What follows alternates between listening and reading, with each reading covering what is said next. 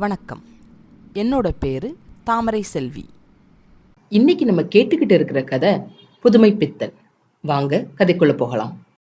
மயங்கி இருந்த பிரதாபசிம்மர் கிட்ட இருந்து முத்திரை மோதிரத்தை எடுத்துட்டு ஜீவகன் போன முதல் இடம் சேனாதிபதியோட இடம்தான். ஆனா அவர் புதுமை பித்தனா அங்க போகல. மாறு வேஷத்துல ஒரு மந்திரவாதியா சேனாதிபதியை பார்க்க போறார். உள்ள வந்த மந்திரவாதியா யாருன்னு சேனாதிபதி கேட்க, நான் தான் மாரீசன், இந்த ராஜாங்க உரிமைய பிரதாபசிம்மருக்கு அளிக்க வந்திருக்கும் மந்திரவாதி அப்படின்னு சொல்றார். அவர் சொன்னதை கேட்ட சேனாதிபதி முதல்ல பெருசா எதுவுமே எடுத்துக்கல. ஆனா தான் கிட்ட இருக்கிற முத்திரை மோதிரத்தை காட்டி, பாருங்க, பிரதாபசிம்ம மகாராஜாவே எனக்கு முத்திரை மோதிரம் கொடுத்து அனுப்பி வச்சிருக்கார் அப்படின்னு சொன்னதும் அவருக்கு நடக்கிற உபசாரமே பலமா இருக்குது. மாரீசனை உட்கார சொல்லிட்டு, எதுக்காக மகாராஜா உங்களை அனுப்பி வச்சிருக்கார் அப்படின்னு கேக்குறாரு சேனாதிபதி. அதுக்கு மந்திரவாதி உருவல இருக்கிற ஜீவகன், நான் அஷ்டமா சித்துக்கள் பெற்றவன், நீருல நடப்பேன், நெருப்புல படுப்பேன்னு அளந்து விட்டுட்டு என்ன சிறை வச்சு இருக்கிற மன்னர்கிட்ட கூட்டிட்டு போனா அப்படின்னு அவர் ஆரம்பிக்க, அவசரமா சேனாதிபதி, ஓ, சாசனத்துல மன்னர்கிட்ட இருந்த கையெழுத்து வாங்கிருவீங்களா அப்படின்னு கேக்குறார். உடனே அதையே பிடிச்சுக்கிட்டு, ஆமா ஆமா அப்படின்னு சேனாதிபதி சொன்னதுக்கு ஒத்து ஊதுறார் ஜீவகன். நான் மட்டும் அவர் முன்னாடி நின்னு ஒரு மந்திரத்தை ஜபித்தேன்னா என்னோட இஷ்டப்படி மன்னர் ஆடுவார் அப்படின்னு சொல்றார் ஜீவகன். சரி, இதை கேட்டதும் சந்தோஷத்தோட, சரி இப்பவே கிளம்பலாம் அப்படின்னு சொல்றார் சேனாதிபதி. அப்ப ஜீவகன், இது நம்ம 2 பேருக்குள்ளேயும் இந்த ரகசியம் இருக்கட்டும் அப்படின்னு சொல்றார். அதுக்கு சேனாதிபதி, அந்த இடத்துக்கு காக்கை குருவி கூட நுழைய முடியாது அப்படின்னு சொல்லிட்டு 2 பேரும் கிளம்புறாங்க. இந்த சமயத்துல பிரதாபசிம்மருக்கு மயக்கம் தெளிஞ்சு எந்திரிக்கிறார். கட்டி வச்சிருக்கிற இன்பவல்லிய அவிழ்த்து விட்டுட்டு, என்ன நடந்துச்சு அப்படின்னு அவங்க கிட்ட கேக்குறார். மயக்கம் தெளிஞ்சு எந்திரிச்ச மாதிரி ஆக்ட் பண்ணி எழுந்த இன்பவல்லி பிரதாபசிம்மர் கிட்ட, நீங்க முகமூடிய பிடிக்கலையா அப்படின்னு கேக்குறாங்க. அதை கேட்டதும் குழப்பத்தோட பிரதாபசிம்மர், என்ன முகமூடி வந்தானா அப்படின்னு கேக்குறாரு.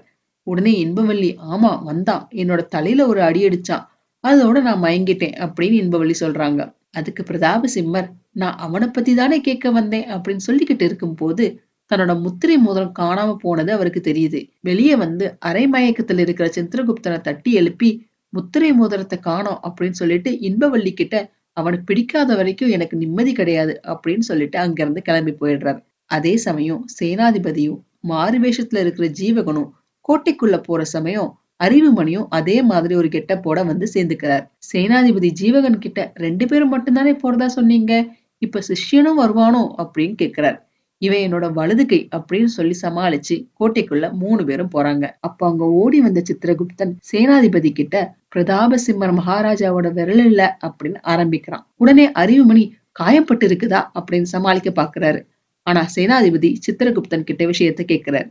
அவனும் முத்திரை மோதிரம் காணாம போன விஷயத்த சொல்லிடுறான். அந்த விஷயம் தெரிஞ்சதும் கோவத்தோட, இவங்களை பிடிங்க அப்படின்னு ஆணையிடுறார் சேனாதிபதி. ஆனா அதுக்குள்ள ஜீவகன் அந்த கோட்டைக்குள்ள ஓடிடுறார். கோட்டை காவலர்களுக்கும் ஜீவகனுக்கும் சண்டை நடக்குது. அறிவுமணியும் சண்டைக்கு ஹெல்ப் பண்றார். கோட்டை காவலர்களை ஜெயிச்ச பிறகு சேனாதிபதி சண்டைக்கு வர்றார். அவரோட கண்ணுல விபூதியை தூவிட்டு அங்க இருந்த அகழியில தள்ளி விடுறாங்க. சண்டை நடந்துகிட்டே இருக்கும் போது அவங்கள கோட்டைக்குள்ள போக விடாம இருக்கிறதுக்காக கோட்டை கதவை மூட ஆரம்பிக்கிறாங்க. அதுல இருந்து ஜீவகனும் அறிவுமணியும் தப்பிச்சு கோட்டையை விட்டு வெளியேறிடுறாங்க. இங்க அரச சபையில பிரதாபசிம்மர் சேனாதிபதி கிட்டையும் சித்திரகுப்தன் கிட்டையும் நடந்ததை பத்தி பேசிக்கிட்டு இருக்கார்.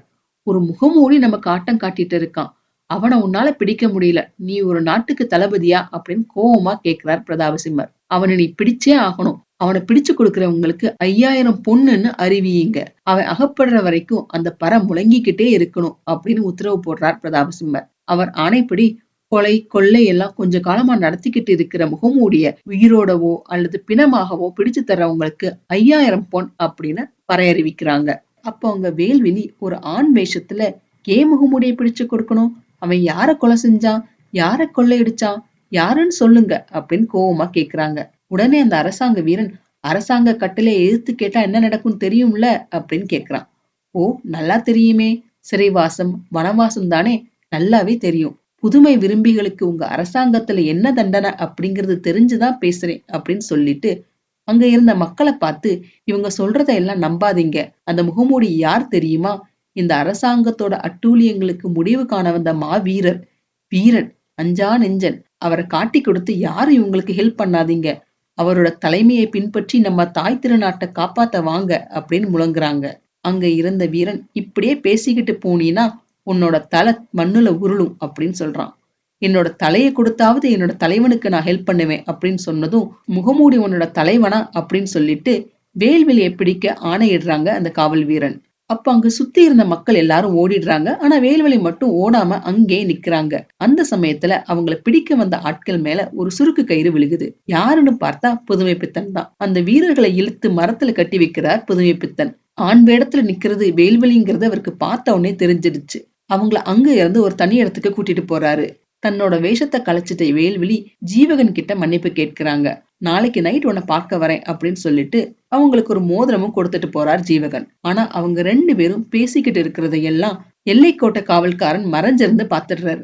இந்த மேட்டரை எல்லாம் எல்லைக்கோட்டை தலைவன் பிரதாபசிம்மர் கிட்ட சொல்லிடுறார். நீ வெறும் இன்ஃபர்மேஷன் மட்டும் கொண்டு வந்து இருக்காம அவனை கையோட பிடிச்சிட்டு வந்திருந்தீனா உனக்கு கனகாபிஷேகமே பண்ணியிருப்பேன் அப்படின்னு சொல்றார் பிரதாபசிம்மர்.